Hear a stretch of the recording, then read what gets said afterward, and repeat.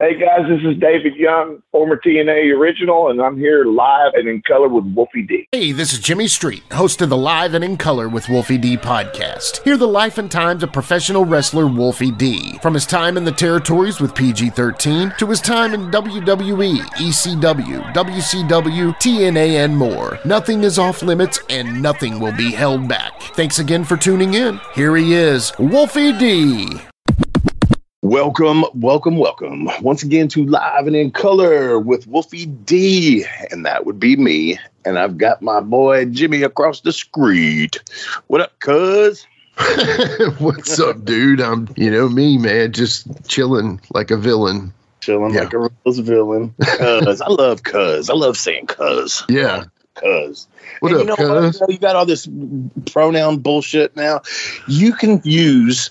I've been thinking about this because I posted a thing on Facebook. I'm sure you saw it, where this dude dressed as a chick was in restaurants and he's filming it the whole time, just waiting for somebody to be nice. And totally. Yeah. Sorry, sir. Oh, I'm not, sir. Okay. Anyway, I was thinking, man, you could say, because kids say it all the time to their parents, to their mother, to their father, whatever. Hey, bruh. Yeah. Bruh's available. Homie, cuz is a good one. Because to me, those don't signify, that's not sir. So I can call you all that without having to live in your delusion and call you ma'am, because I'm not doing it. Right. So, and bruh might be a little on that side. Yeah. But cuz and fam and, homie. Yeah. See, that'd be me. Oh, I'm not sir. Oh, sorry, bro. Oh, I'm not a bro either. Oh, okay. Sorry, cuz. I'm not. Sorry, dude. Yeah, sorry, dude. My bad, homie. Little homie. My bad, homie of the male persuasion. Yeah. I call everybody homie, cuz, whatever. I don't care. Yeah. But those are non-gender. Yeah. It is, man. It's frightening. It's like frightening world we're living in. Oh man. my God, it's psychotic. Psychotic. I mean, I'm all about people living the way they want to live and be whatever they want to be in their life. But man, almighty, we're making up stuff now. But anyway, Anyway, that's more of a news topic, I think. We try to talk about wrestling. Yeah. Speaking of wrestling, what do you think about CM Punk being back? How about that? Well, hey, whatever. I think they worked everybody. It shows kayfabe is not dead if it's done correctly. Exactly. Humble opinion. But that's a thing. And man, dude, I know this is a little late here, but we lost Frank Wycheck, man. One of the great Tennessee Titans. Yes. He was cool, man. We did that thing with him and, in TNA, I was part of that whole little schmoz. Yeah. Where they shot on Jeff and all that. And I had, seen Frank at the gym a few times, and he's a real nice guy, man. I hated to hear that. What a crazy way, too. They said he fell and hit his head. That's brutal. And then was found later in the day and whatnot. And, but on a positive note, man, what a comeback from the Titans over the Dolphins. Nobody thought we had a chance, bro. Yeah, I know, bro. That was such an elation. And you're like, Jimmy, turn it on now. You're turning it on. What you doing? Not watching, man. Well, okay, it's a long story, but I don't want to get into it. So, it was just a ball drop. Let's just say that in a sense, incredible comeback. I think we have our quarterback, though. I agree. Levis is the guy, thankfully. He don't. I saw the press conference with Vrabel, and he was saying, we showed him some tape of other quarterbacks sliding and using the rules to their advantage to try to draw a flag, blah blah blah. And they're like, well, that approach didn't work. And he said, so I guess this week we're going to show him tapes of quarterbacks getting the shit knocked out of them. I thought that was funny. That is funny. That's hilarious. Anyway, man, we got an old friend of mine, man, David Young, and I promise you this story is going to come up, but probably right off the bat is going to be me and how we met. And it's a funny story. So, oh, man, that's a funny story. I don't know that me and him have since then even talked about it, really. I don't think we have. But it's pretty funny. And David's got some funny stories, I'm sure, because he's one of those guys that likes to have fun, man. So this should be a good show, man. Oh, I mean, he did the run-in on our Bob Cook show. Remember? I know. He did. He basically up in the house. Yeah, he just did a complete run-in on it. It was incredible, man. Yeah. But we had to book him. Yeah, we had to book him. I mean, it was just like, okay, if he's wanting to be on the show that bad, we've got to. Yeah, I've never had nobody come knock on the door and like do a run-in on our shows. So yeah. He wanted to be booked. So we did that. We did it, man. I mean, we got him. So without further ado, man, let's take a break and let's talk to David Young. After these messages. Hey folks, to get your official Live and in Color with Wolfie D merchandise, go to prowrestlingtees.com/live Wolfie D. Check it out.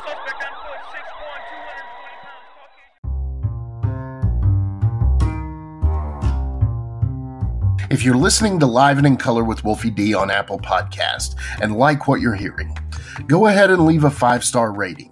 And while you're at it, write a review. Tell us what you liked. Tell us what you'd like to hear in the future. It's very important to us and always appreciated. Thanks again.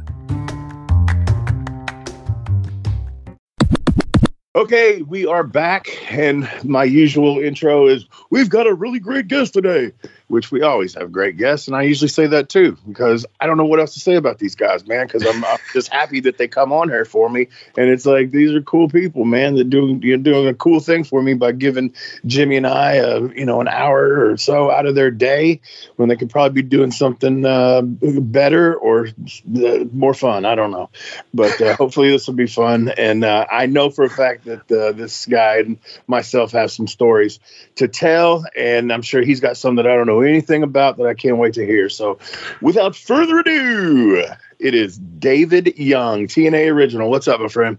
What's up, man? It's so good to be on the show. Yeah, just sitting here chilling, getting some coffee in me, brother. Oh, I wish I'd have done the same thing. But man, I love this show because I listen to it. Like I've listened to like 3 or 4 of them already, and I love that it's more organic. Like it just feels like you guys just are just having a conversation with somebody, as to where most of the podcasts I have done lately, it feels so robotic, and they have written down questions, and they're just reading off of a list. Yeah, and with you guys, it's just you're just talking. Yeah. And that's like I'm sitting around a campfire drinking a beer talking. Exactly. Riding down the road, whatever, man. That's what me and Jimmy are we're the yin and the yang, man. I tell everybody this sometimes pre-show before we start recording. Sometimes I say it on here, but it's like I call it in the ring, and Jimmy he'll do his research and write down certain things, but we make it flow together. We're a good tag team. Thank you, Wolfie. Thank you, David. This is really a fun show to listen to, man. It really is. That means the world, dude. Seriously, means the world. Jimmy puts in a lot of work on that. So the first thing we will talk about, I think we should, is how you and I met. Hilarious. Oh, God. You know what? It's hilarious for you because it was horrible for me. Like, it was the worst 2-3 weeks of my life happened because I met you. And it really didn't have a lot to do with you. It was just my screw up. And I won't even call it a screw up, man. It was just like a horrible chain of events that just went horribly wrong. And I want to point out first, before I go with this story, because I was talking to my girlfriend this morning, and I was like, I know this story's going to come up. And she's like, well, I've heard the story, and she said, if I were you, I would open up with, I'm not that person anymore. Well, yeah, thanks for that. That going for me. And neither am I, by the way. But it's so bad. Like, man, okay.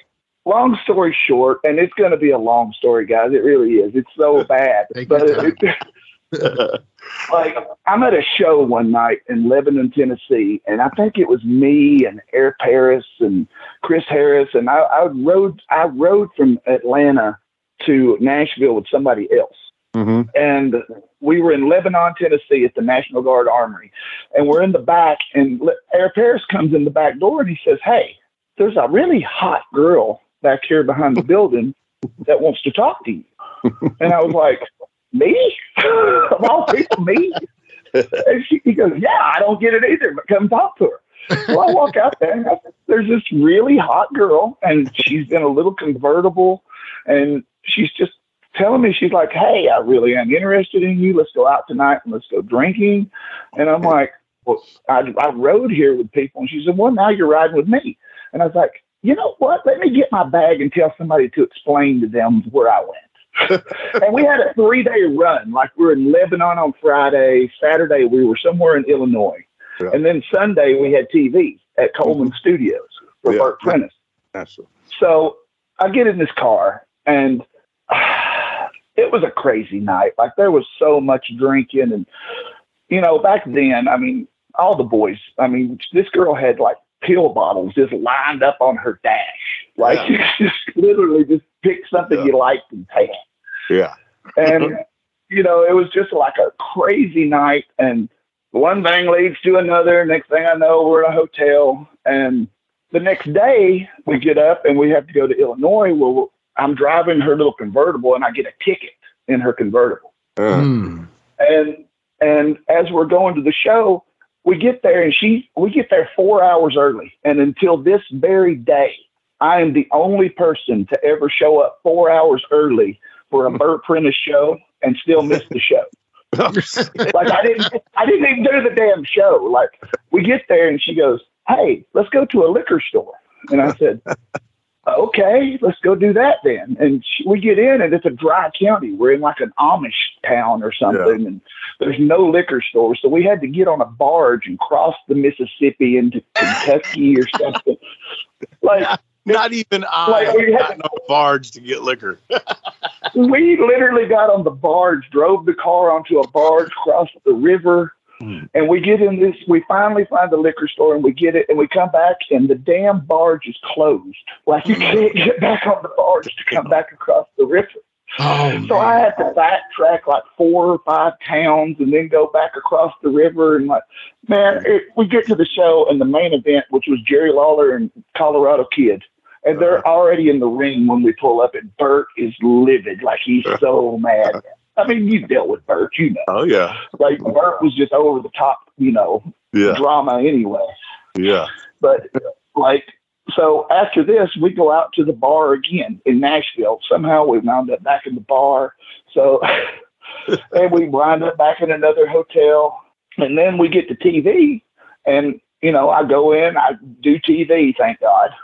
And, you know, I'm a Georgia boy. Like, I was a Bill Barron's guy, so we worked for Wildside all the time. And Bill Barron's would, like, send us to Nashville to represent him. Yeah. So after the TV taping, I go out to the parking lot, and I was like, well, wow, this was a great weekend. I guess I'll see you the next time I'm in Nashville. And this girl goes nuts. Like, she goes crazy. She's like, starts crying. She's like, "I love you. I want you to move in with me." And I was like, we met Friday, 2 days ago. And you're telling me that, no. I said, "I'm leaving. I'm getting in a car. Bye." And I just get in the car and we leave. Yeah. Now, you would think that this would have been some kind of closure or something, but no. So the next day, I'm at home, and the girl I was with at the time, back then we didn't even have cell phones. Like, you know, you had a home phone, and you had like a caller ID and all that shit. So I look at my caller ID, and I see something Callaway on my phone, and I'm like, Callaway? Who the hell do I know named Callaway? And I thought, well, shit, the only person I've ever heard of named Callaway is The Undertaker. Yeah. And I don't know him. I know for a fact I don't know him. Yeah. So I go outside, and I dial this number. And when I dial this number, that girl answers the phone. Yeah. And I'm like, how the hell did she get my home number? I'm like, holy shit. So I just hang up the phone, and all of a sudden my phone just starts ringing off the hook. Yeah. And I answer the phone, and it's Bill Barron's. And he goes, "Oh, how was your weekend?" I said, well, it's kind of odd you bring that up, Bill. I said, I missed Bert's show Saturday. He goes, yeah, I heard about that. He goes, you didn't by chance meet a girl named, did you? Uh-huh. And I said, that's another hell of a coincidence that you would bring that up, Bill, because as a matter of fact, I did. He said, yeah, well, listen to this, Dave. He said, that's Wolfie D's ex-wife. Girlfriend, never married her. Okay. He told me ex-wife. He goes, that's Wolfie D's ex-wife. And I need you to call Wolfie D right now. And I was like, bro, I don't know Wolfie D. I'm not fucking calling Wolfie D. What the hell's wrong with you, Bill? He goes, no. He said, you're going to call Wolfie, and you're going to call Wolfie right now. And he gives me Wolfie's number. So I go buy a calling card and drive across town and get on a payphone. I don't even know the whole process, man. Like, it was just any kind of James Bond shit I could do to try to hide this situation. Like, so I'm calling Wolfie, and the first thing that comes out of Wolfie's mouth is, well, man, she's telling me you're moving in with her and my daughter. And I was like, what? I said, no, I'm not moving in with you. I said, Wolfie, I'm going to be as honest with you as I possibly can. I just wanted to get laid. I don't know what the hell's going on. I said, this is all blown up out of proportion. I said, this has just gone all to hell. And now Wolfie told me on the phone, he goes, bro, listen, she's nuts. He said, I understand. He said, there's no heat. Well, that was a fucking lie. Because every time I saw Wolfie after that, for at least 3 or 4 years, there was always like this tension, and he wouldn't even say hello. He wouldn't shake my hand. Like, there was just this heat, this like atomic heat for the situation. Now, so that's neither even here nor there in the story, to be honest with you. Like, this gets worse. Like, it turns out that she was like best friends with the Undertaker's ex-wife, and the Undertaker's ex-wife was paying for her cell phone. That's why the name Calloway was on the phone. Right. And like, all of a sudden, I get a call, and it was Candy Divine. Uh-huh. And I didn't know Candy Divine. I had no clue who the hell Candy Divine was. And she called me, and she said, is this David? I said, yeah. She goes, listen, this is Candy Divine. Do you know? And I said, why the hell does this girl's name keep coming up? Holy shit. She goes, well, listen, I'm good friends with, and has a ticket with your home address on it, and she's coming to your house to give you your ticket. And I was like, what? I said, Candy, I said, thank you so much for calling me. I said, could you give me Denise's address? And she gives me the address. Now, I lived in Atlanta. Yeah. I got in my truck on a Tuesday, and I started driving to Nashville. And I get to Nashville with a Slim Jim, and I broke into her car at her apartment at 3:00 in the morning, popped the lock, and stole the ticket out of her dash. So she would not have the ticket with my address. Oh my God. And I got the hell out of Nashville as fast as I could. And until this day, if I'm in a dressing room and somebody even remotely says, "This is here," I'm getting my bag and I'm fucking leaving. I'm not staying in that building. Oh my God. Bert Prentice used to do it every show. He'd come in and say, "Needs to talk to you for a minute." I was like, "See you later, Bert." I just start picking up my bag, walking out the door. Oh yeah. What is it Jamie says? Jamie says, "There's the crazy ones. Those are the best." Bro, that was a nightmare. Like, that was the worst weekend, 2 weeks of my life. And it took a long time for Wolfie to even remotely warm up to me. Like, we had been in TNA together for probably a year, and we were at a bar one night. I think it was the Christmas party, and he comes over and he sits down and he buys me a beer, and he says, "All right, man, listen, I'm not mad at you anymore over that stupid girl." Thank God for that. And we've been good friends ever since. Like, we really have. Like, we've been really cool with each other ever since. Yeah. But it was just funny because, like, she caused a lot of problems for, I think, everybody she came in contact with. But, you know, I just happened to be 19 years old, first getting into Memphis. She basically did the same thing to me, but I knew no history of her except for Jamie knew.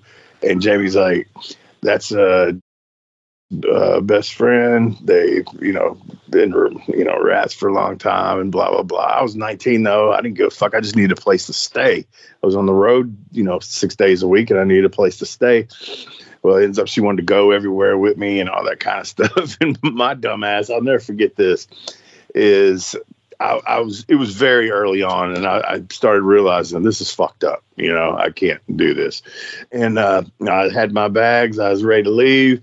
And I remember her, you know, she started crying on that shit. She started crying, and I'm serious, like laying on the floor with hugging my ankle, like yes, literally on the floor. That's the way it was when I was trying to leave the studio. So don't leave. And in my mind, my 19-year-old egotistical mind, I thought, this bitch loves me. I must be a god in bed. Man, she was, dude, look at this. I ain't never had no bitch hold my ankles. But yeah, that's a funny story. And yeah, I think the only reason was, and you know, because of my kid that came out of that. And I eventually, to tell you how crazy she is I ended up with custody of her, thank God. But anyway, yeah, that was wild. And I don't even remember, like some of that you told me I don't remember, and it's funny as hell. And it's like, yeah, crazy shit happens, man. And I don't think I was that mad at about her. It was just more of, you know, my kid, how she was doing with that. Yeah, and I totally understood it. And that's why I never actually pushed the issue. I was just waiting until the statute of limitations ran out. So whatever happened with the parking ticket. And you know the story of what she I paid it. I paid it myself. Yeah, oh, okay. I actually paid it. But I stole that ticket out of her car, man. And that's the worst. I wish I could tell you that's the worst thing I've ever done is broke into somebody's car to get a ticket out of it. That's pretty genius. It's pretty genius and ballsy at the same time. Yeah. But, you know, she had Jamie arrested when I left her. This would have been before that. So Jamie and I were at my apartment, our apartment, whatever, mine and hers. And Jamie and I were getting ready to go work for Bert at the expo center there and in Smyrna. And before we were going there, we were going to stop by his mom's house, Beverly, and have spaghetti. She had made spaghetti for us. Yeah, it was on the way. And so, you know, we're like, hey, peace out, we're leaving. She's like, she thought we were going out to, you know, do something crazy, get a lot of women and do drugs. So at any rate, we went to his mom's and then we show up at the show. And she had called the police because she knew he was behind on child support and had warrants and shit. So she called them, and they showed up. And that was the funny thing. You probably heard this before, where Jamie had his shirt off. Of course, he's got Dundee tattooed across his back. And the cops walk in, and anybody know where Jamie Dundee is? And everybody's like, who? You know, no, I've never heard of him. And then Jamie standing with his back to him with Dundee on his back. Oh, man. And so, long story short, he gets arrested because of her. And that was the last straw with me. I said, no, you ain't embarrassing me like this. And that was the last time I ever messed with it. But yeah, funny stuff, man. It is a shame that you all never had a tag team together. You could have called yourselves the Eskimo Brothers. So.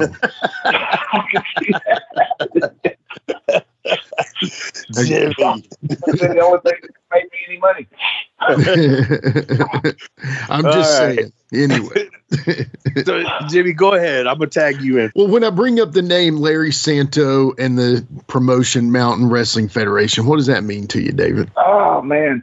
So I started in the Mountain Wrestling Federation. That was actually, and I'll be honest with you, it's literally used to be right down the street from where I live now in Chatsworth, Georgia. And a guy named Clarence Keith and, John Coward ran the show. And I actually started out with a guy named Lynn Fields. Like I started training with Lynn Fields, and but Larry Santo was the guy that came in and kind of took me under his wing, and then he took me out on the road and taught me how to like survive. Like I mean, honestly, I think that's what every wrestler should learn how to do is get on the road and because wrestling comes. I mean, that's gonna come eventually. I mean, you're gonna be in that damn ring a lot, but learning how to survive on the road. Because back then, man, I mean, hell, we'd have to like get the coffee packets out of the hotel and make sure we had coffee, and you'd have to like get the food from the, at the breakfast in the hotel, and you'd have to take extra plates with you so you'd have food while you were on the road. I mean, we didn't make little things like money, back then. And Bert Prentice, like, he would put us in a hotel. And it was always in Nashville. It was always on Harding Place Road. It was a Super 8 hotel right off of Harding Place Road. Mm-hmm. And some of the greatest nights of my life happened in this hotel. Like they would dedicate the entire third floor to just the wrestlers. And we would destroy this hotel every weekend. I don't even know why they kept letting us come back. Yeah. Like I could tell you so many crazy stories just from that hotel alone. Go for it. Like, well, I mean, I'd have to change some of the names just to protect the guilty this day and age. Yeah, change them, whatever. I'm sure it'll be good. I remember one night, and I'll just use the name Bob, just because I had nothing else. And like at the hotel, like you'd come out the elevator, and there was a long hallway, and then it would be like a T. At the end, you either go left or right at the end of the hallway. And I would always stay in a room to the left because it had a big screen TV in it.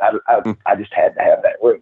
Yeah. And so I come out of my room and I round the corner to go to the elevator, and Bob is standing in the middle of the hallway, and there's this heavyset girl on her knees, yeah,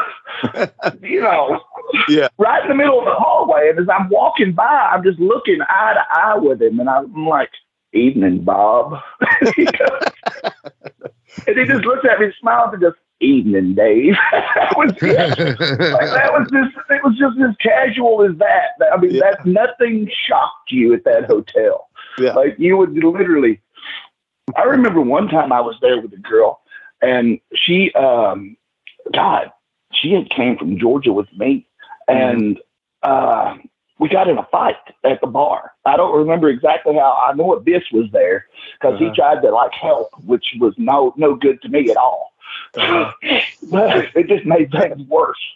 So when we get to the hotel, I decided I'm just going to bed. So I go get in the bed. And she decided she was going to go to the pool and party with everybody else. So I woke up at like 7 a.m. and she's not in the room. And I go look at the pool, and there's nobody at the pool. And I was like, oh, well, she must have decided that she wanted to live in Nashville now. So I just got in my truck and left. I left her in Nashville. I never saw her again. She had to catch a bus back to Atlanta or something. That's big deal. I was like, oh, well, shit. I guess I won that fight. I'd say so. Did I mention that I'm not that person anymore? Have I mentioned any of that? I really did. You mentioned that as a suggestion by your girlfriend, but that is the first official time you're not that person. Yeah, I am nowhere near that person, man. It took a long time for me to grow up, but it happened. It really did. At some point, I woke up one day and I was like, "Oh shit, I'm like an adult now. I'm responsible for all bills and shit." Man, I can't wait for that to happen, man. I'm excited for me. It's liberating. It really is. It really is. That's awesome.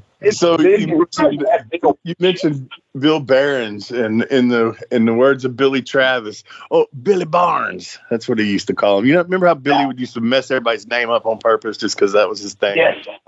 So that was Billy Barnes. So what kind of good stories you got about old Billy Barnes?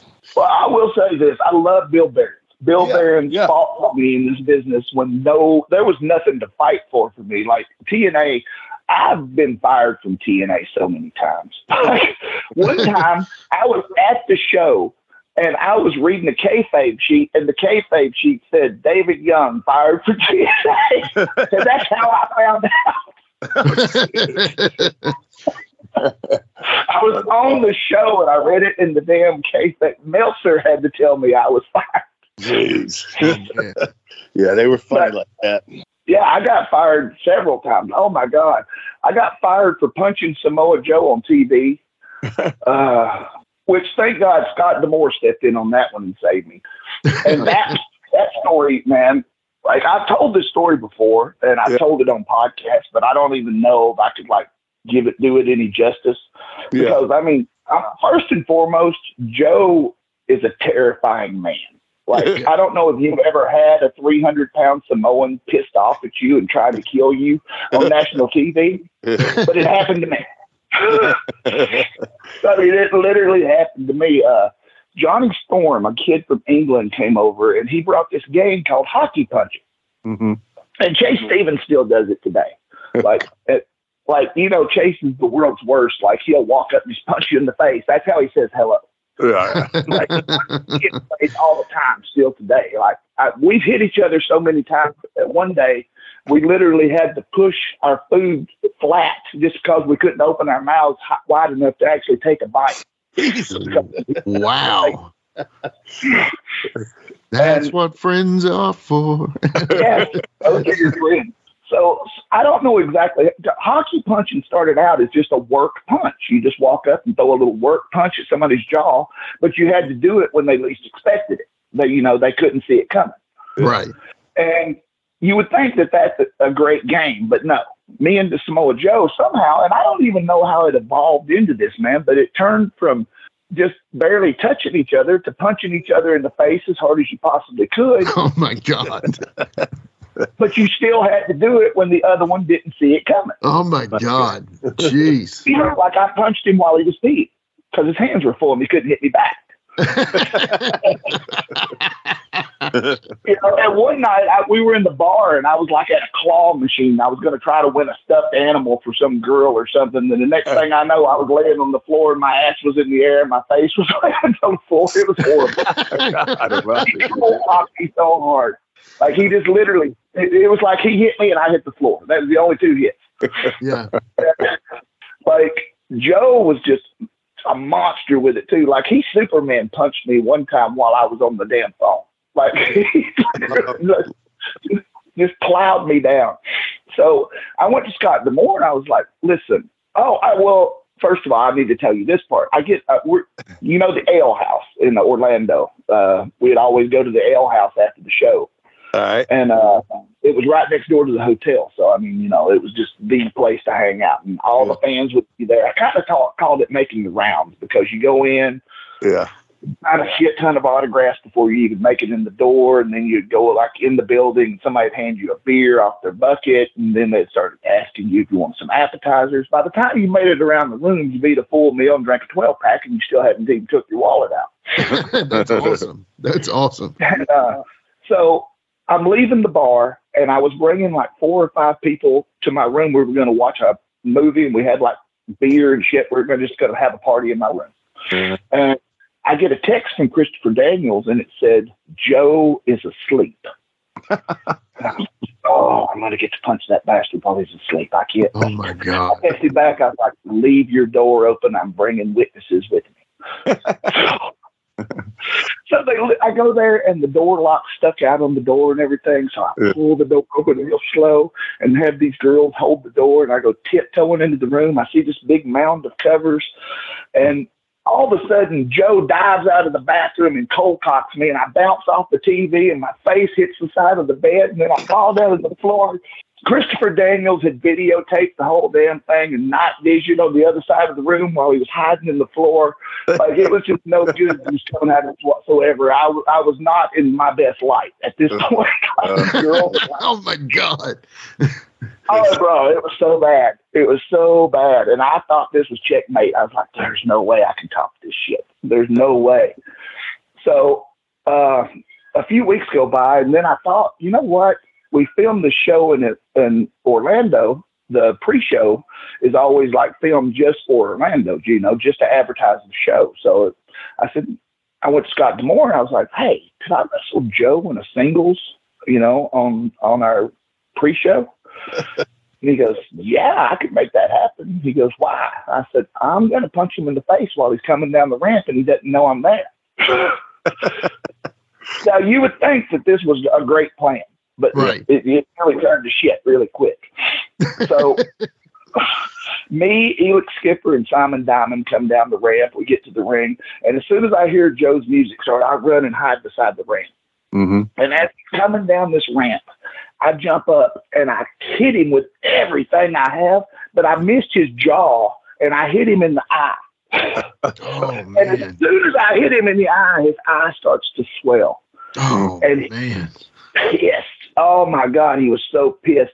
And as soon as I punched him, Elix and Simon jump on him, and we're just beating him up on the floor, but he's really fighting. Like he's fighting them, trying to get to me. Yeah. And when he hits me, he hits me one good time, and I roll into the ring. And when I come up on my knees, and you can watch this on YouTube, I'm pretty sure. Yeah. He runs and kicks me in the chest as hard as he can. And I took it, and then he hit the ropes, and he kicked me again in my chest as hard as he possibly could. And I do like a backflip and come up to my feet in the corner. And he runs across, and he throws a big, hard forearm right in my jaw. And as soon as he hit me, I went, "Are you done, Joe?" I said, "Are you done?" I said, "I punched you on national TV. I don't give a shit how bad you hurt me now. I've already won this game." And he stopped for just a second, and he goes, "Okay, we're just playing now." And he was light as a feather after that. Like, he really was. Like, he was so light. But then we get to the back, and when I had punched him, he hyperextended his knee and tore his PCL. Oh, shit. And he collapses in the floor, and they have to take him to the hospital. And as soon as he collapsed in the floor, oh, my God, Jeff did a sermon on me in front of all the boys. I mean, he just cut a promo, just poking me in the chest, screaming at me. And I'm like, well, this is not good. Yeah. Dang, oh, man. I'm pretty sure this is done now. And I'll be honest with you. I mean, Scott D'Amore, he stepped up and he was like, no, I told him he could do it. And that was the only reason I didn't get sent home that day. God almighty. That's so crazy, man. I honestly have never heard of this game. I didn't know y'all played it. But I am just telling you, don't play that game with me, especially at 50. I do not want to play that game. I do not want to be chopped. I don't want to be touched. The thought of this, I'm serious. I think about this now, like the thought of somebody hitting me with a chair or even chopping me or anything, I'm like, ooh, why? Why would I ever do that? You know? Well, I mean, like back in the day, man, I was doing all kinds of crazy stuff. I was doing ranas and taking all kinds of crazy moves. And I mean, there's nothing I wouldn't take back in the day. I mean, the more insane it was, the more I wanted to do it just because nobody else had done it yet. Right. And now I would bust like glass if I hit like that, man. There's no way. and you know what really upsets me, Wolfie? I'll tell you what really upsets me. What is that Daddy used to take me to watch you when I was a boy, and I'm still a year older than you. Yeah. I don't know how something that happened, but I'm a year older than you. And I used to watch you on TV. I mean, I swear, you know how many times I hear that from not only like the fans, but the boys and everything, man. It's like, and I know what it is. It's because, you know, when I got my break in Memphis, like, I mean, I started when I was 15, 16, right? But I didn't get on TV until I was 19. I was thinking, too, because I was like, he had to be super young because I was 16 when I started. Yeah, I started. My first match was like August 17th, 1989. Mm-hmm. And they feel like when they, because like I said, so Memphis TV, I had just turned 19 years old, and I think people feel like that they grew up or that I was older than I was or something. I don't know. But then when they see you on TV every single week for how many ever years, they just feel like they grew up watching you no matter what. So right. That's where people get it on me, I think, where they think I'm older than I am or whatever. I don't know. But yeah, I would have never came up with that whole punching Joe on national TV thing. I'll be honest with you. I kind of blame Al Snow. Okay. Because I I had never met Al Snow, and I was in. Well, Louisville, that would be Kentucky. A forearm, right? No, never mind. That's a bad joke. No, I mean, I was in Louisville or Lexington, somewhere in Kentucky, and I was in a gym, and Al Snow walked in, and I'd never met Al at all. You know, I was actually kind of like just starstruck just because it was Al Snow. Yeah. And he comes right beside me and starts doing curls, and he looks out the corner of his eye, and he goes, David Young. And I looked out the corner of my eye, and I was like, Al Snow. And he goes, so I was in England last week, and I watched a video of you being punched in the face. And I was like, fuck Samoans. I hate them.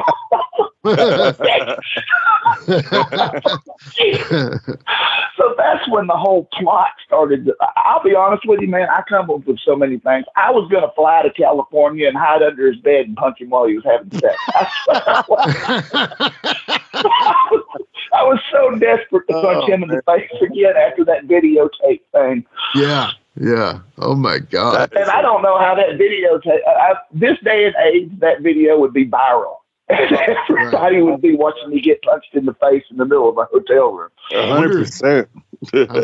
I'm not saying Tony Khan listens, Tony, but if you're listening, how about we get David booked on a AEW show and get his turn there? But I honestly don't think I could take another hit from Joe this day. Understand? Yeah, I would break in half.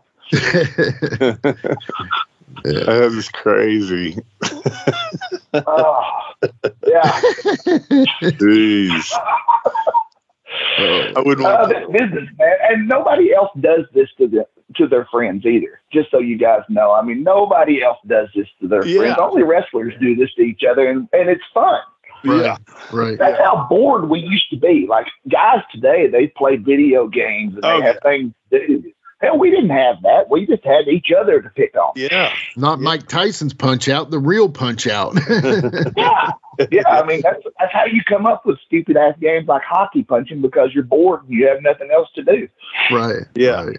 Yeah. There was a game much less violent, but it was. Have you ever heard of War on the Road? Where it was usually, I think Lawler and Brian came up with it, and you'd be going down the road. You know, you pass. Everybody's going to the same town. You pass each other, whatever, and Brian would take stuff like yogurt and open it and throw it on your windshield going down the road. And Chase Stevens has done this to me. Chase would be in a cup and throw it in my windshield as he drove by. Oh my God. Yeah. So you would throw as much shit on the window where they couldn't see and had to pull over to get it off because the white. You know, while I'm talking about people, every bad decision I've ever made in my entire life, Chase Stevens was there. and probably instigated the whole thing. Yeah. Like, my relationship with Chase is kind of like watching bugs. It's kind of like watching the coyote and the roadrunner try to catch each other. Like he's trying to make me go out to the bar, and I'm trying not to go out to the bar. And bro, we used to go to California and do motion caption for the WWE video games. Yeah. And when we would get there, as soon as we get there, Chase would stay right there with me and wait to watch me check in just so he could see which room I was in. So I would check in, and then I would get off on my floor, and then I would take the stairs back down to the lobby, and I would change rooms to a different floor that he wasn't on. That's awesome. And the entire time we were in California, I would get off the elevator on the floor he thought I was staying on, and then take the stairs to my actual room just so I could have some peace. One night I was at the movie theater. I had climbed out the window of the hotel room and shimmied down the side of the wall and climbed the fence.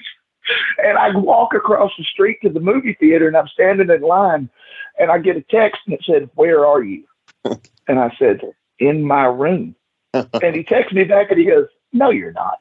And I said, "How do you know?" He said, "Because I'm in your room and I have all your shit and I'm packing it up and taking it to my room." If you don't go to the bar, you're never getting it back. That's funny. Oh my God. He's an evil genius, man. I don't know how the hell he does it. I'm sorry, man. I have so many stories about Chase too. I mean, I could go on for days. I guarantee it. We were in California one night and we went to the bar. And I think I even voluntarily went this time. Like, one night, I literally text some people and I said, "Open the door on the van as you drive by." and they were doing like 30 miles an hour, and I ran and dove in the side door of the van as they were driving down the road, and literally Chase is standing there screaming, "Really? Really?"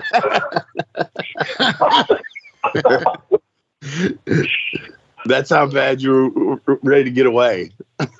Yeah, bro. I'd do anything to not have to go out because I'd spend more money than I would make every time I went out with him. We had a bar tab one night that was like $1,800, and I had 2 beers. I don't even know how that happened. Yeah, that's one thing about going out with him. It's like, I know where it comes from, sort of, but how in the fuck does he afford to do that all the time? I don't know, man. But I don't know, man. I don't know. I wish I knew. Christmas would be a lot better this year if I did. Yeah, right. There's shit. That's why when I drink, I just go to the liquor store and get the cheapest thing I can get and bring it to my house. You know, I quit going to bars when we quit being so over that everything was free. Yeah, good idea. We left the bar one night in California, and we left the bar, and Chase had found some guy throwing up in the parking lot and decided he was going to be the one to get us into another bar. So we've got some guy we don't even know sitting in the back seat, just wasted out of his mind, telling us he can get us in some kind of comedy club or something. And we're going down the road, and Chase runs a red light. And in California, every red light has those traffic cameras. And might I add that damn ticket was $500. Oh my God! For running a red light. So we run the red light, and the LAPD do a U-turn and get behind us. And I'm like, shit, we're going to jail. We're going to jail. Yeah. So as soon as they pull up behind us, and one comes to my window and one comes to Chase's window, and the one on Chase's window is like, "How you guys doing tonight?" And Chase says, "Oh, we're doing pretty good. We're just in town, you know, doing some motion capturing for the WWE video games and blah, blah, blah." And I'm like, sitting in the passenger seat, and the one on my side, he goes, "You boys been drinking?" And I said, "Nope." And Chase goes, "Well, we've had a few." And I said, "You know what? Don't listen to me. Fuck, I'm drunk." I said, "Hell, I don't remember anybody going to jail for drunk riding." Yeah, right. I was like, my seat back. And the cop goes, he goes, "You know why I pulled you over?" And Chase goes, "Well, I guess it was because I ran that red light, right?" And he goes, "Could you step out of the car, please?" And he makes him get out of the car, and he brings him to the front of the car, and he points, and we're driving with no damn headlights on. Oh, man. Apparently, by the way, number one way to get a DUI. Yeah. No question. But you're in Hollywood. I mean, it's bright as hell in the middle of the night. I mean, how do you know if the lights are on or not? Chase, I was like, "Swear to God, this is how we got out of it." Chase goes, "On my car, the headlights come on automatically when I turn it on. Yeah. I don't have to turn the headlights on." Yeah. And Kyle goes, he said, "Listen, if I let you guys go and just let you go to your hotel and go to bed, is there a chance you're going to hit a telephone pole 10 miles down the street and I'm going to have to do paperwork?" And Chase said, "If we do, you turn off that camera and just beat the shit out of us." We're saying. He goes, "Fair enough. Go ahead. You guys can go." And they let us go, man. And every time I've gotten pulled over with him, somehow he gets out of it. I don't know what the hell's going on with the police and him. I don't know. Even if it didn't happen, please tell me you hit a telephone pole and got beat up by the cops. We didn't even leave. We didn't go home. We wound up in Saddle Ranch, and I think I rode a mechanical bull at 5 o'clock in the morning. I don't know. It's one of those nights. I mean, you do stupid shit on the road just so you'll have the story to tell to the other guys, to be honest. Yeah. Let's take a quick time out and get a word from one of my dope-ass sponsors, and we'll be right back with more Live and in Color with Wolfie D.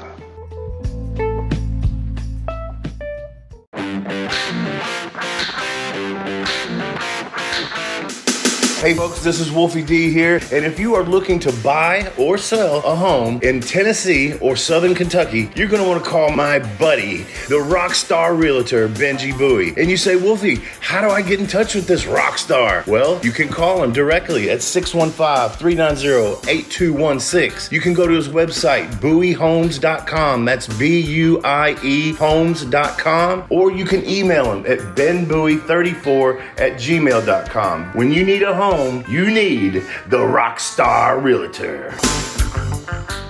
Benji is a member of Exit Realty's Garden Gate team in Gallatin, Tennessee. You know, me and Chase are doing a thing at a bar in Glasgow coming up February Jimmy, is it the 6th? I told you the 2nd, February 2nd.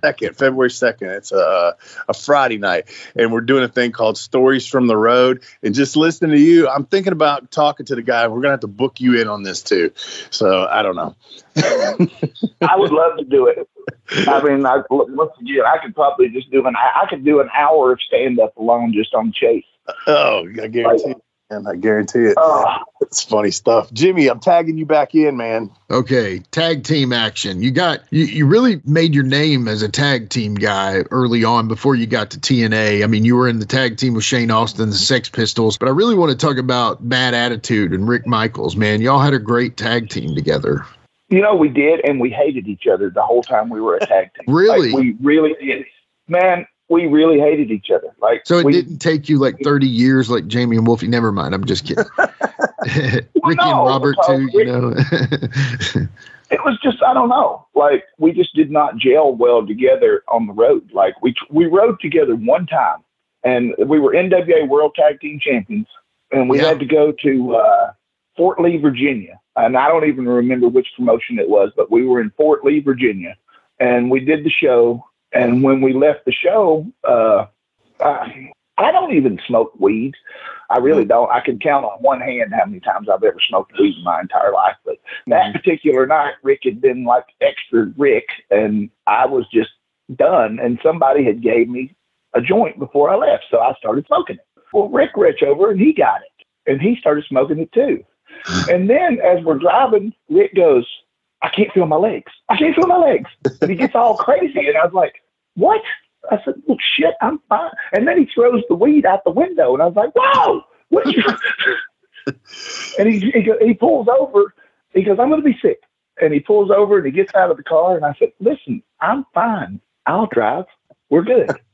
So we start driving, and as I'm driving, I guess I went to change the radio station or something, and I think I swerved like over the yellow line or hit the little dotted line or some shit. Yeah. And he went nuts. He started screaming to the top of his lungs. He's like, pull over, we're going to die. We're going to die. I was like, let me get off this exit. So we get off the exit, and they had these concrete barriers in the middle of the road, and they had an opening right in front of us. And there's a McDonald's right on the other side of that, and a Piggly Wiggly grocery store or something. And once again, we didn't have cell phones at this point. Or he had a cell phone. I didn't have a cell phone. I think that was the thing. So as soon as we get there, I was like, well, shit, I'm not driving down to the red light and going through. I'm just going to shoot straight across. So I shot straight across. So when I shot straight across, this fucker goes into convulsions. Like, he's going nuts. Oh, my God. In the passenger seat. And as soon as I put the car in park, and we're in his car, and as soon as I put it in park, he jerks the keys out of the ignition. He goes, we're too messed up to drive. We're staying here. And he jumps out and takes off running across the parking lot. And I sat there for a second, staring at the steering wheel. And then I thought, I'm in fucking Virginia. What the hell's wrong with this? So I get out of the car. And I'm like, Rick, man, give me the keys. Stop acting like this. Come on, just get in the car and let's go. And as I'm walking up to him, he goes, we're too messed up to drive. I'm calling my wife, and I'm telling her that we're too messed up, and we're staying here. And I said, you know what? I said, let me call your wife. So I walk over to the payphone, and I'm really calling Bill Byrd. So I start dialing the number, and he runs over there and jerks the phone out of my hands and shuts it off. I said, Rick, stop, man, stop. And as soon as I start dialing the number again, he shoves me away from the phone. When he did, I shoved him, and he fell. Well, when he falls, he jumps up and grabs his cell phone out and calls Bill Behrens on the cell phone and tells Bill, I've gone crazy and I'm trying to kill him in a parking lot. And I wrestled the phone out of his hands and get on the phone with Bill, and I'm cussing Bill. I'm cutting a promo on Bill Behrens in the middle of this parking lot. You sent me on this trip with this stupid mother. I mean, man, I was just going off on poor Bill. Bill really didn't deserve what I said. I mean, I was just so mad at this point, man. I was just like livid. And he goes, listen, this is the only thing you can do. Wait him out. Let him sober up some before you can drive back. Yeah. And I said, are you serious? I'm going to I had to sit in this parking lot and wait for him to sober up.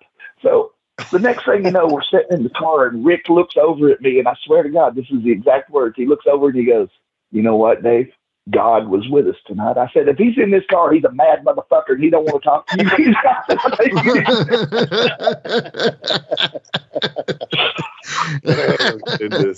That was the last time we ever rode together anywhere. The entire time we were a tag team, we took separate cars, stayed in separate hotels. We never ever did anything together after that trip. Yeah, it was just regular weed, to your knowledge, just regular ass weed. Did him like that? I never felt anything. Yeah. Some people have that where they react really odd on. Yeah, I guess some people have a lower tolerance than others. Like I said, I've never smoked weed, so I don't know it. I've never smoked enough weed to know what weed does to people. Yeah. I've always just been a drinker. Like I would drink and stuff like that. I never was big on drugs. Yeah. Your TNA run, man. Tell me, like, who was your favorite? Because you had some great matches there. Who was some of the favorite people you worked with in TNA? Oh, man, AJ Styles. I mean, you're never going to – nobody's ever wrestled AJ Styles and thought they had a better match with somebody else. Right. Like, yeah. I'll tell you what I love about Alan, and I've known AJ since he started. Like, I remember when he was training to wrestle at Wildside. And, like, AJ Styles, how do I say this? He's as good a person outside the ring as he is a wrestler inside the ring. Yeah. That's awesome. Like, like, back then, AJ's wife really hated my guts. She really hated me. She really did. Like, me and Wendy talk now all the time. Like, me and Wendy are really good friends now. But back then, she thought I was a horrible influence on AJ. And I felt that AJ, and I probably was. It wasn't because I wasn't trying to corrupt him. It was just that he was incorruptible. He really was. Like, he lived to just play video games. That's all. We literally one time, and this is back before you had the TVs in cars and shit. We literally hooked up a TV and had it sitting in the middle of the dash. Yeah. Of the car, and he would play a PlayStation all the way to like Tampa, Florida from Atlanta. And that's all he would do. And that's all he wanted to do is just play his video games. And as soon as we were done wrestling, he would go get something to eat and go to his room. Yeah. But I will tell you this story. Like one night we all went out. We were in Tampa, St. Petersburg or Tampa for Ron Neiman. Have you ever wrestled for him? No, I haven't. Such a good guy. I love Ron Neiman. But it was the NWA anniversary show. So, like, Reno was there. I mean, you know, it's just a big show. Yeah. And we did the show, and all of us went out to the bar afterwards. And even AJ went. I mean, he didn't drink or anything, but, you know, he was with us. It was him, Christopher Daniels. So when we get there, David Pinzer is already at the bar, and David Pinzer is blitzed. Like he is. I've seen that. Like he could barely stand up. He was so drunk. And as we started to leave, we go outside and Pinzer is laying on the concrete with his head propped up on a lamppost, passed out. Oh my God. And I stepped over him and just kept walking towards the car. And AJ stopped me. He goes, "Man, stop, man." He said, "We can't leave him here." I said, "Well, the hell we can't." The car's this way. Pinzer's heavy. I'm not carrying him to the car. So AJ's like, "Man, I'll carry him." So the next thing I know, we're all carrying Pinzer, and we get tired of carrying Pinzer because it was an uphill climb to get to the car. So we set him on a park bench, and I have to sit there with Pinzer while him and Daniels go get the car. And if they come back around, they find, and I'm sitting there, and there's cops on horses going by, just staring at me, and Pinzer's head's on my shoulder. I just sit there like, there's no good coming from this night whatsoever. Yeah. We get down there, and Bill Behrens had told us before the show ever started, he said, "When we get back to the hotel, I don't care if one of you die. Do not wake me up." So we got Pinzer to tell us half-ass where his hotel room was. And he said he was staying at the same hotel we were, which was a lie, by the way. He was not staying at the same hotel we were. So we get there, and nobody knows where his room is. And they told us that Chris Nelson had went and picked him up at the airport and knew where his hotel room was. So I go knock on Chris's door, And he opens the door, and you see this gigantic mound of covers in his room, like he had hooked up with this huge fat girl. And Samoa Joe punched you again. No, I'm just kidding. Sorry. Yeah, so when you would think that was how it turned out. But, like, we were like, hey, could you take Pinger to his hotel? And he's like, he didn't even say a word. He pointed at her, shook his hands back and forth, and then just closed the door in our faces. And as soon as he closed the door, AJ looked at me and he goes, well, let's go wake up Bill. We beat on Bill's door until he finally comes to the door, and I've got Pinger over my shoulder. And he's just like, oh. And I'm telling him, he says, well, Chris is the only one that knows where his hotel is. So AJ came up with this plan, and we go and we propped Pinger up against the door, and AJ beat on the door as hard as he could, and then we ran and hid behind a van. And when he opened the door, Pinger fell like a tree into his room.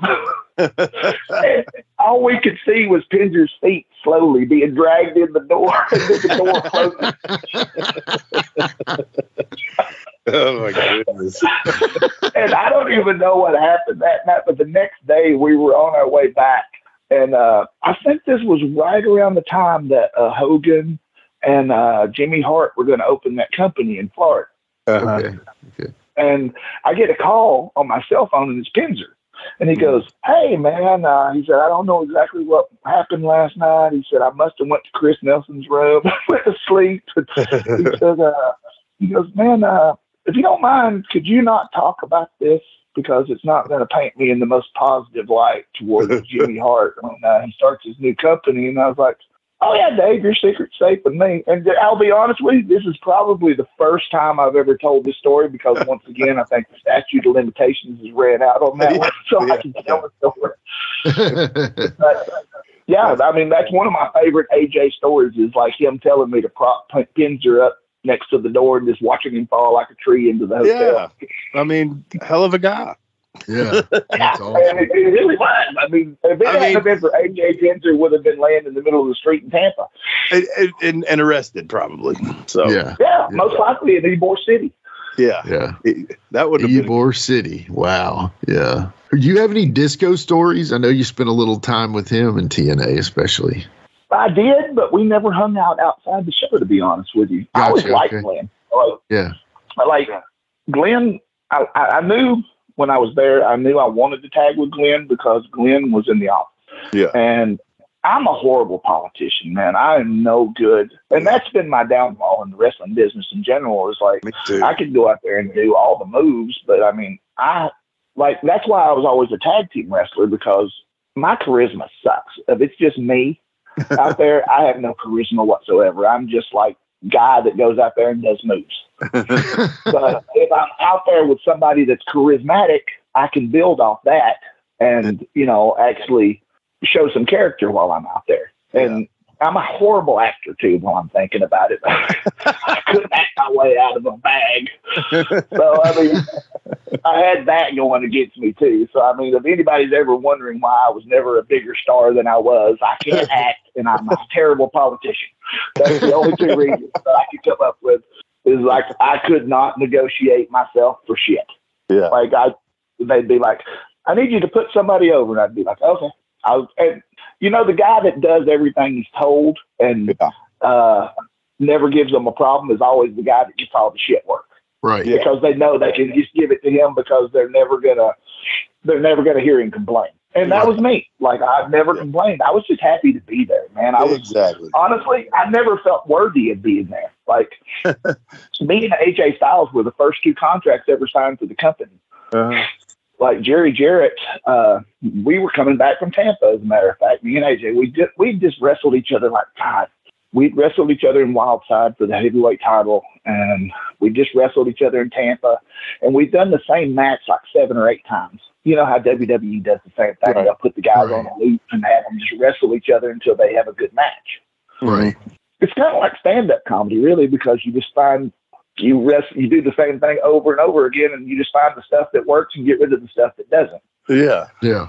I come from a music background, and it's exactly the same. You rehearse, and then you play a show. Yeah. Yeah, and that's the way that some of those, that's how WrestleMania happens is all year long you're wrestling, towards that match. Right. But like we're in coming back from Tampa, and he never even told me about TNA until we were like 10 minutes away from the building. He goes, "Listen, I'm not supposed to say anything, but Jerry Jarrett's coming to watch me tonight because they're going to start a company called TNA." He said, "I really need to have a good match, Dave." He said, "So we need to take out all the stops." Mm-hmm. And we had done this match, like we'd go 25 minutes to the time limit, and we would wrestle for 25 minutes. Yeah. And then we would ask for 5 more minutes, and we would do 5 minutes of nonstop high spots. It's just, flips into the crowd, just, ignorant shit. And we'd go to another time limit. So we did this match. Well, so we're calling the match in the back, and Jerry Jarrett comes in with Bert Prentice. And they come up to us, and they step between us with their backs to me. And he's introducing AJ to Jerry Jarrett. And then Bert turns to me, and he goes, "David." I said, "Yes, sir." He goes, "Could you go get Chris Harris for me?" I was like, "You son of a bitch." "Yeah, not a problem, Bert." So I never got to shake his hand. I never got to go, "Hi, my name's Dave," or anything like that. So, I never met Jerry Jarrett until, we go out there, we do the match, and it was at the Tojo Yamamoto Memorial Show, the very last one they ever did, as a matter of fact. And after the match, I walked in the back, and as soon as I stepped through the curtain, Jerry Jarrett grabbed me by the arm and took me outside and offered me a contract right there on the spot. He said that was the best match he'd ever saw in his entire life. And he used to tell me that all the time. He said, like, even in TNA, he would come up to me, he goes, "You had the best match I've ever watched in my life." And to me, that was probably the highest point in my entire career because, hell, Jerry Jarrett's seen everything. Right. Yeah, no kid. Yeah, Jerry Jarrett, as you know, played a big part in my stuff too. But yeah, he's been known to, like, he says on the interview one time that they were doing about me. He said, "I don't doubt one bit that Eminem saw PG-13, and that's how he came up with his gimmick." I would believe it. And I was a big PG-13 fan, man. Yeah, he had that story of, Jimmy, what was it about poking dude's eye out on? Spider Galento. He pulled it out, and it was rolling in the mat. It was rolling. That was on Dark Side of the Ring, right? Yeah. And that. I've fact checked that fucking story, and it's a little embellished. Yeah, because even Jerry Lawler was like, "I don't remember." Okay, sure, we'll go with that. You gotta love it. God bless him. We just dropped our YouTube special on Jerry Jarrett, by the way, to the listeners. Yes. And I know, man, we could sit here and do this for hours, man. You've had some incredible stories, funny ass shit, man. But we do got to wrap it up a little bit here. I know you're still wrestling. How can promoters or fans or whatever get in touch with David Young? You can catch me on my email, spinebuster@gmail.com, and I think I have DavidUGA2 at yahoo.com. Mm-hmm. And of course, you can find me on Facebook, Instagram. I mean, I couldn't imagine anybody else wanting to pretend to be me, so it's most likely going to be me. Well, I guarantee you, if a promoter wants to, because there are those promoters out there that want you to bring you in and then they want to go out with you. So if there's any fans or promoters that want to go out and get in trouble or, close to getting in trouble, please book David. You're not going to get in trouble with me now. Like, all I want to do is go to the room and go to sleep. Yeah. I love it, man. That's awesome. You talked about being 50. I'm 51, man. I just want to go lay down and I don't want to go party. Yeah. But those days are just all done, man. I'm not that party guy anymore. Yeah, I hear you, man. Those hangovers ain't the same. And I know Jimmy and I are probably going to be kicking ourselves after this that we didn't book you on here sooner, quite frankly. Yes, we are. Good stuff. Right. I'd love to do that thing you were talking about with the road stories, man. That would be great. That would be so much fun. Oh, dude, that would be incredible. And it could be something, like I said, that you go test the waters and then do it again. You know what I mean? Oh, yeah. Yeah. See how that works. And I still want to emphasize that what I said about AJ being as good a person outside the ring as he is. Like, I can tell you this, like, when TNA first let me go, like, I had no job. Like, I didn't have anywhere to go. When they permanently let me go. And, and I asked for my release this time. And I can tell you that story real quick if you want it, but it's quick. Go ahead. Me and Elix they were talking about putting the tag belts on us. And it was going to be like a win 'em at the first hour of TV, and then, you lose it third taping or some shit like that. It looked like we had them for 2 weeks, but we really had them for like 2 hours. And the day we were going to win the belts, I get there and I look at the board, and we're wrestling Chase Stevens and Shark Boy, and we're both going under in like 3 minutes. And I was like, hell, what the hell's happened now? So I go to Simon Diamond because he was the agent on the match, and I said, what happened? He goes, go get Elix. We need to talk. So I go get Elix, and he said, okay, you're both getting pinned, same time, Shark Boy's finish. And I said, no, we're not, man. I said, go tell Jeff I'll take the pin by myself. I said, but he's not pinning us both, man. I said, there's no way. And he goes, no. I was told to tell you specifically that if you don't like your new finishes in this company, maybe Elix needs to stop asking Jeff for a raise. Wow. At that point, what do you say? I literally just looked at Simon and I said, fine, we'll both take the pin, and could you ask him for my release? And that was it. The next day I was released. Wow. Yeah, that's because I kind of wondered. We've talked about Elix on here. We had Chris Harris on last week. We talked about Elix. So, I mean, I'm not one. I never asked him to bury anybody or anything like that. But was the reason that Elix didn't go further? Was it an attitude thing? I don't think it was an attitude thing. I think it was he wanted more money thing. Because, I mean, I've always known him to be a super nice dude. He was easy to work with. So I always wondered why. Because, man, what an athlete, man. I mean. Yeah, and that's true. And let me put this in perspective for you. Like, when Elix was in WCW, he was making, what, $150,000, $200,000 a year? Right. The couple of years that he was on there. Yeah. So he went and bought a huge house. Like, his house was massive. Like, he had $1 million home, and it was on a golf course. Yeah. Wow. So that's what he was having to pay for while he was at TNA. I got it. So I couldn't, there's no way I would be able to look at Elix and go, man, stop asking for more money. Right. When I knew he needed it. Yeah. Like, he was struggling to make his house payments, much less, Yeah, so, I mean, I understand why he was asking for more money. I never asked for more money the entire time I was there. I think I was there like 6 years, and I never got a raise, not one time. Yeah. So I wonder if that's when he got out because he knew he was going to have to go get a good job and punch a clock to keep that house, I would assume, because, it was I mean, hell, he works for McDonald's now, and he manages like 3 McDonald's and makes like 6 figures a year. So so he figured it out. Yeah. He literally, well, that's what he did before he actually went to WCW. Was he managed McDonald's in New York, and he made 6 figures a year up there. Yeah. So, I mean, he just went right back to what he was doing before. But, I mean, literally, that should tell you could work at McDonald's and make more than you did at TNA. That's a perfect note to end on. Yeah, it really is, man. It really is. That's a perfect ender right there. Yeah, man. We appreciate it, man. You coming on, and like I said, sorry that we haven't done it sooner. It's just me and Jimmy talk about this all the time. For me, chasing down people that I know to get them to line up with my schedule, Jimmy's schedule, and chasing down wrestlers is not the easiest thing to do in the world. And then thinking of everybody because my brain don't work right no more. And and we've been doing this, Jimmy, for over 2 years now, once a week. So. How many guests you say we had?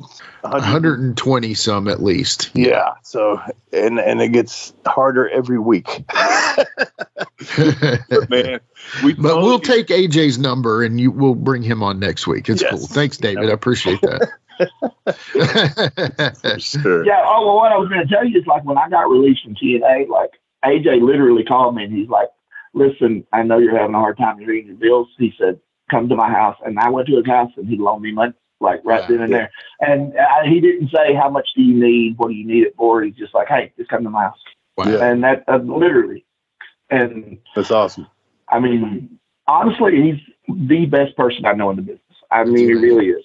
Like, that's amazing. Yeah. I love Alan. Like, he's one of my best friends. That's awesome. I would never say I'm his best friend, but I will tell you that he's always, in my heart, been one of my best friends. Sure. Yeah, sure. I know a few people like that. I feel the same way about. Like they either helped me or just been so good and such a good person. You know, I may not be Road Dogg's best friend, but he's one of my best friends, honestly. And I love Brian too. Yeah, and he like always his dad took me when I need something. Taught me so much. Yeah. Sure enough, man. But we are going to take a break now, and we're going to come back. I'm not going to play stupid, Jimmy. We are coming back with Ask Wolfie D Anything. How do you like that? I love it. You're learning, Wolfie. I've taught you well. Thank you again, David Young, and everybody stay tuned. Thank you, guys. We'll be right back. DJ, hit the music. Thank you, David. That's awesome, dude. Seriously. Yeah. We might have to have a part 2 with you. I have a million stories. I don't have any good Wolfie stories outside of the one I have. Yeah. But it's a pretty damn good one. Yeah. Thank you, David. Yeah, man. Thanks, dude. You, man.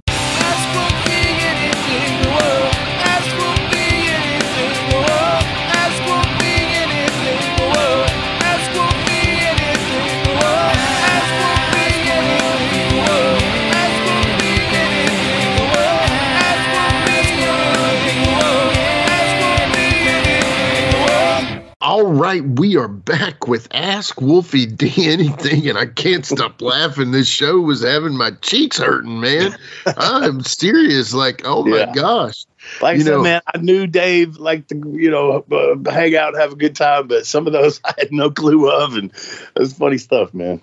Yeah. But I'm damn sure do not ever want to be a part of. Glad I was never a part of that punching game or whatever. Fuck that. Dude, the hockey punch game from Samoa Joe. No, Pat. Thank you, sir. I mean, I don't want to get punched by any Glass Joe. I don't want to be a part of it. Exactly.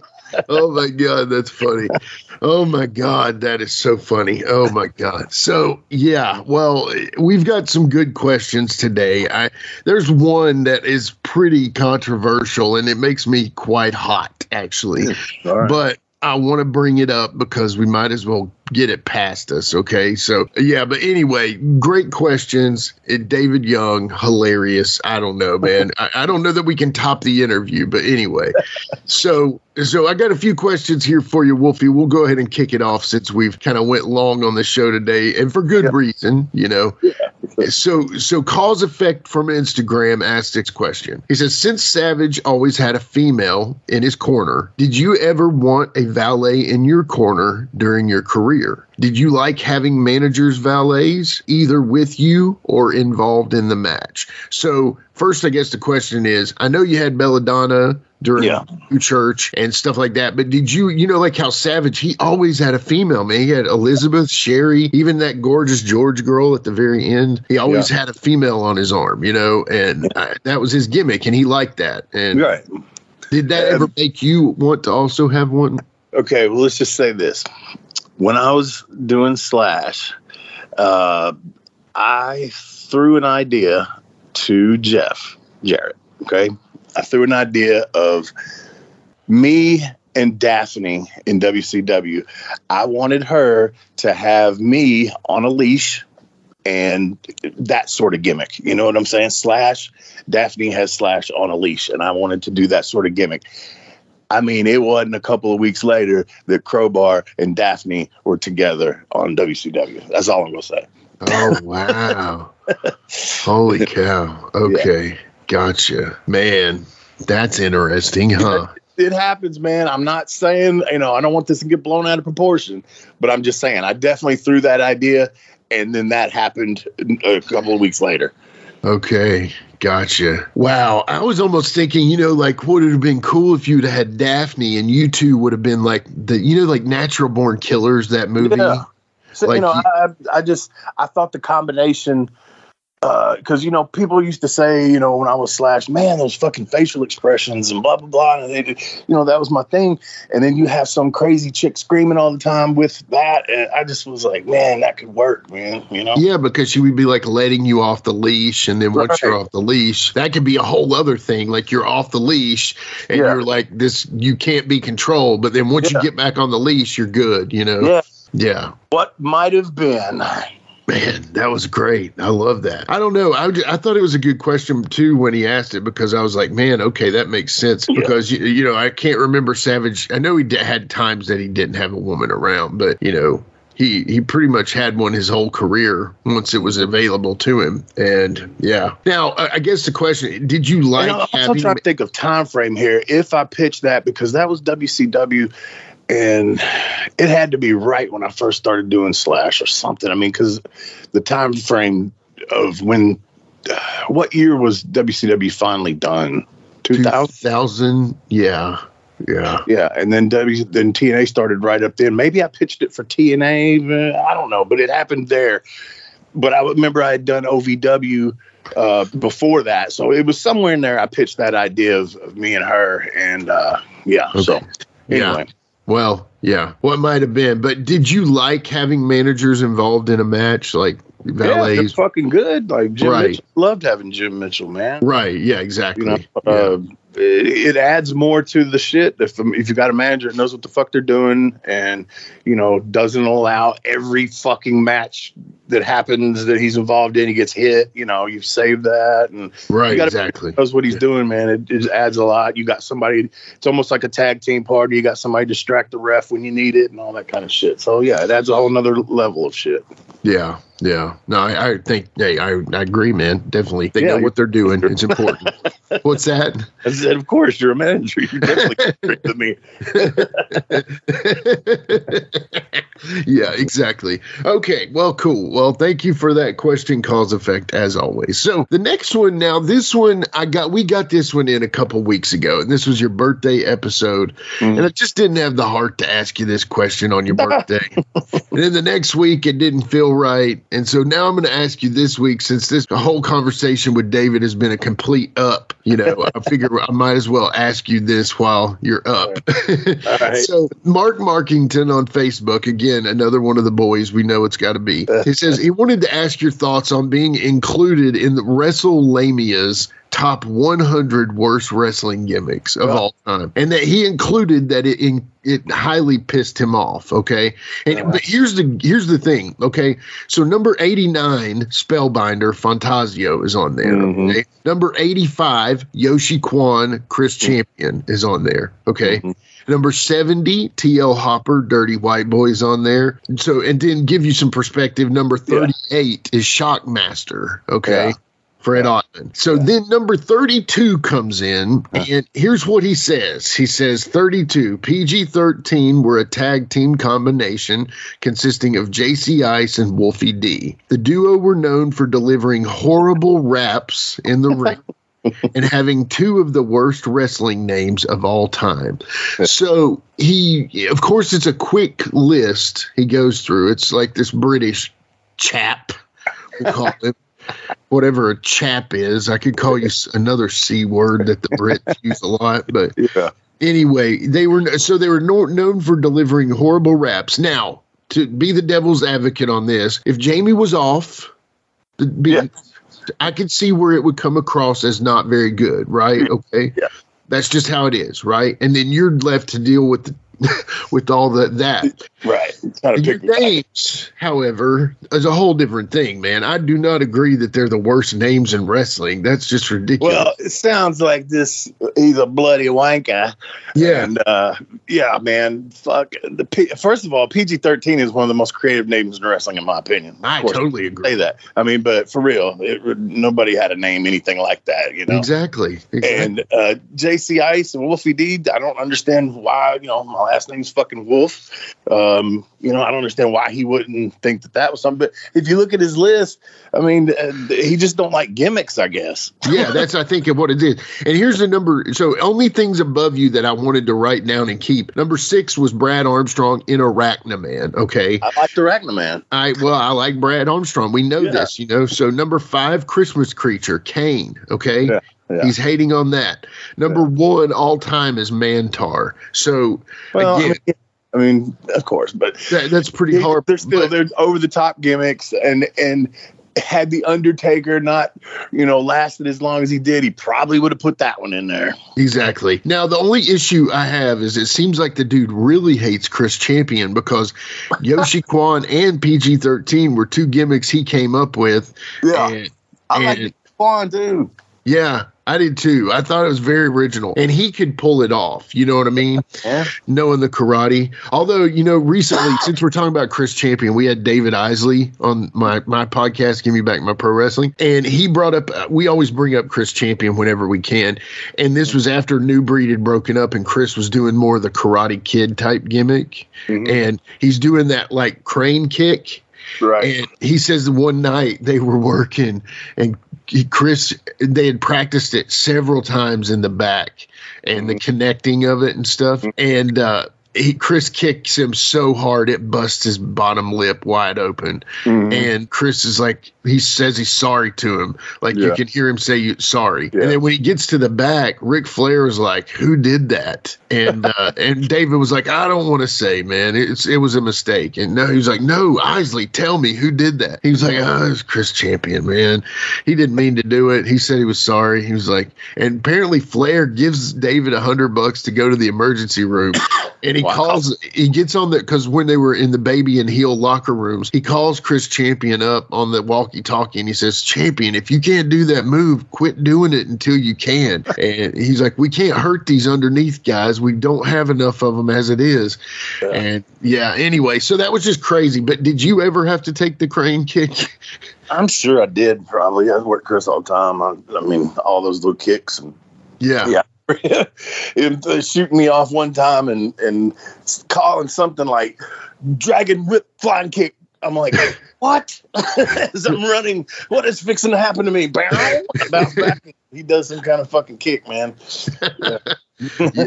Anyway, I mean, just apparently this dude really hates Chris Champion too. So anyway, we don't give we don't give a crap about WrestleMania. Now, however, if you want to go to Grapple Vision, we highly recommend them as they recently did something cool for the Madman Pondo Wolfie D incident. So anyway, but if you're going to YouTube, it's at Live Wolfie D, folks. Seriously, I just want to say this and then we'll get to the last question. Recently, we received a notification through the emails that this year for 2023, 63,000 views for us, okay?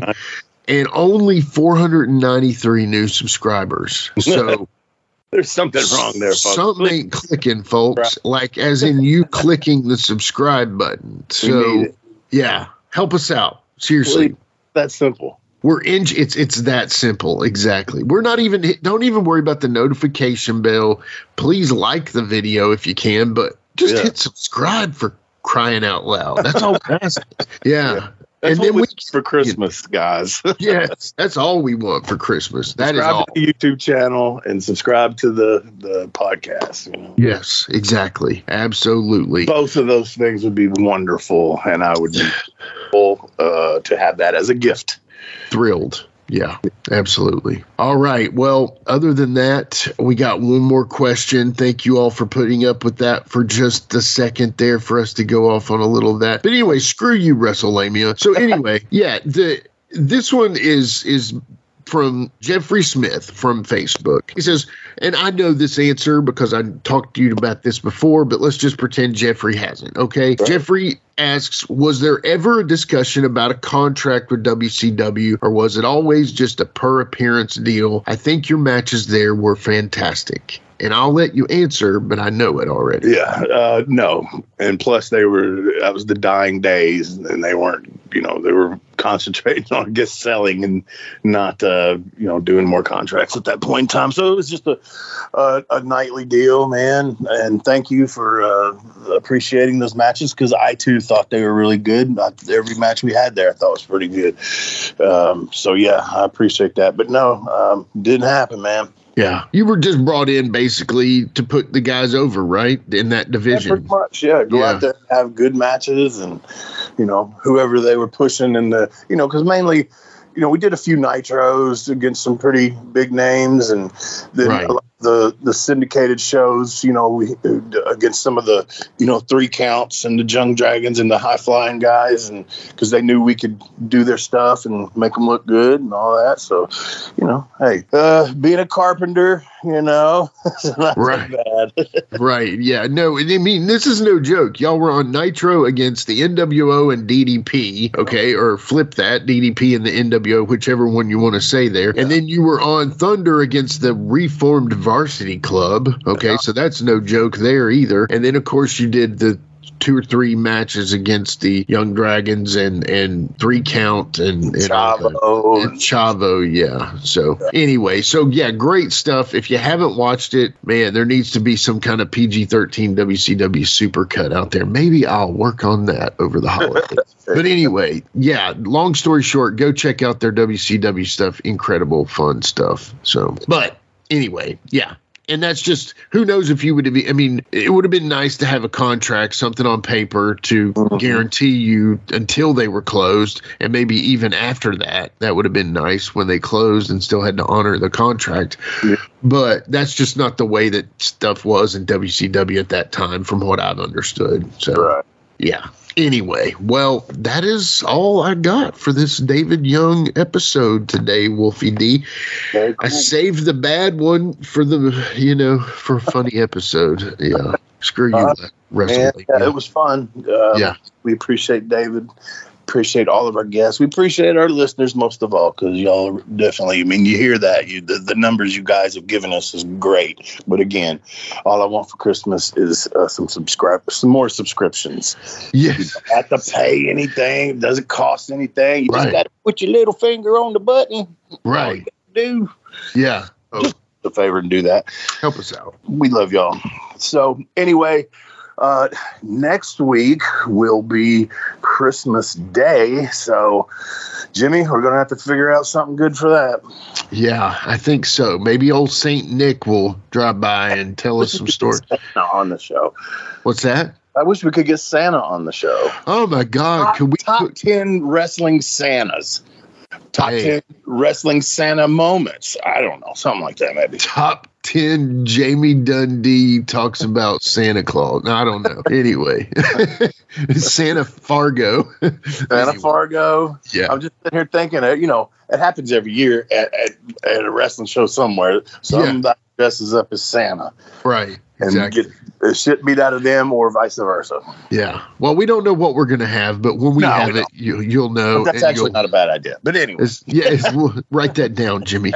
Oh, wait. Yeah, I will. All right, guys. Thank you once again for tuning in to Live and in Color with Wolfie D, Jimmy across the street.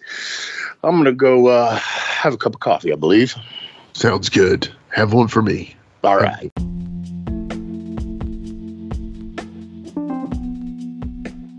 And now a word from our sponsor.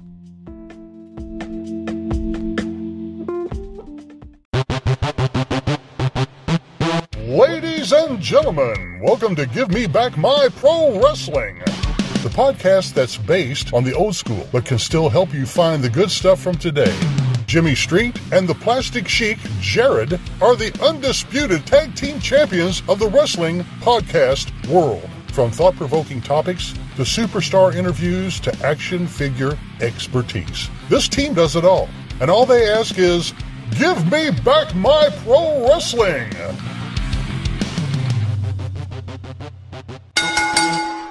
Every other Thursday, wherever you listen to podcasts.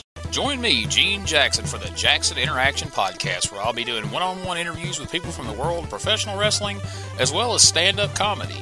You can get them anywhere podcasts are available in both video and audio form, but you can find them all at genejacksonpod.com. That's right, it's the talk of Middle Tennessee, the channel you love to hate and the channel you hate to love. It's Brian Turner from Brian Turner's VHS Rehab. And if you're looking for matches from Wolfie D to Jerry Lawler to Dusty Rhodes and the team that put a pimp before your eyes and a goatee between your thighs, Booty Call and Athena, go to lostwrestling.com. See, I made it easy for you. Brian Turner's VHS Rehab. Booyah.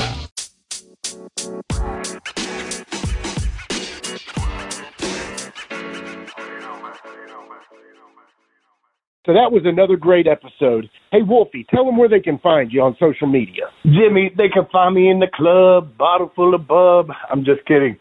They can find me on Facebook. My personal page is Warren Wolf, WOLFE. I'm on Instagram at WarrenWolf13. You can always find us on Facebook, Twitter, Instagram, and YouTube at Live Wolfie D. Here's the thing. Wolfie always has offers for his autographed photos. He has a selection of some awesome photos from throughout his career that he will autograph and personalize any way that you want him to. Just contact him either directly at his personal Facebook page or through any one of our other pages, and we'll make sure you get in contact directly with Wolfie. Get those photos, right, Wolfie? Yeah, I've got some good stuff on there, to help with the podcast. Folks, if you can't get out to a show to meet Wolfie D, there's nothing like that, especially for the fans of PG-13 and Wolfie D. And before we go, you can always find me, your host, Jimmy Street, at James Rock Street on Twitter, Instagram, and YouTube. And hey, Jimmy, before we go real quick, I just want to add in there, from the bottom of my heart, I really appreciate, first of all, the work you've done for this podcast. You have worked your butt off. Secondly, the people that are liking the page. Beyond that, even more, is the people that are listening, and we really appreciate that. Yeah, and remember, guys, the podcast drops a new episode every Monday at noon, and our past episodes are streaming now on demand on all major podcast formats. Thanks again. I got a cap for your dome. He got a cap for your dome. I got a cap He got for a your dome. He got a cap for your dome. He got a cap for your dome. And here we go. The original white boy that came out sagging, not bragging, don't be hating, cause I'm spitting the truth. Still livin' in color. Bum rush your mother, utilize a hubcap, unlike any other. Back in the day, I was NOD, and I was P to the G, plus the 1 and the 3. In case you forgot, they call me Wolfie D. Been cloned and copied so many times, tired of suckers taking credit for what is mine. You know who you are without me name dropping. Wrestling's first white boy coming out hip hop. Been doing it like this since 92. Laid low for a while and you thought I was through. Listen real close to these rhymes that I've injected. This shit's so sick it makes your ears get infected. Mad skills, no faking, there is no one great. Cause I'm bringing more folks than Obi-Wan or Vader. Not here to play games, so you better beware. You don't like me, so what? I really don't care. Like time I keep ticking and I can't be stopped. You sucker step to the side unless you wanna get dropped. With my finish, I'll straight knock you out. Please allow me to tell you what it's all about. I'm gonna wind it up, then I'm driving it home. It's Wolfie D, baby. I got a cap for your dome. I got a cap for your dome. He got a cap for your dome. He got a cap for your dome. This has been a James Rock Street production.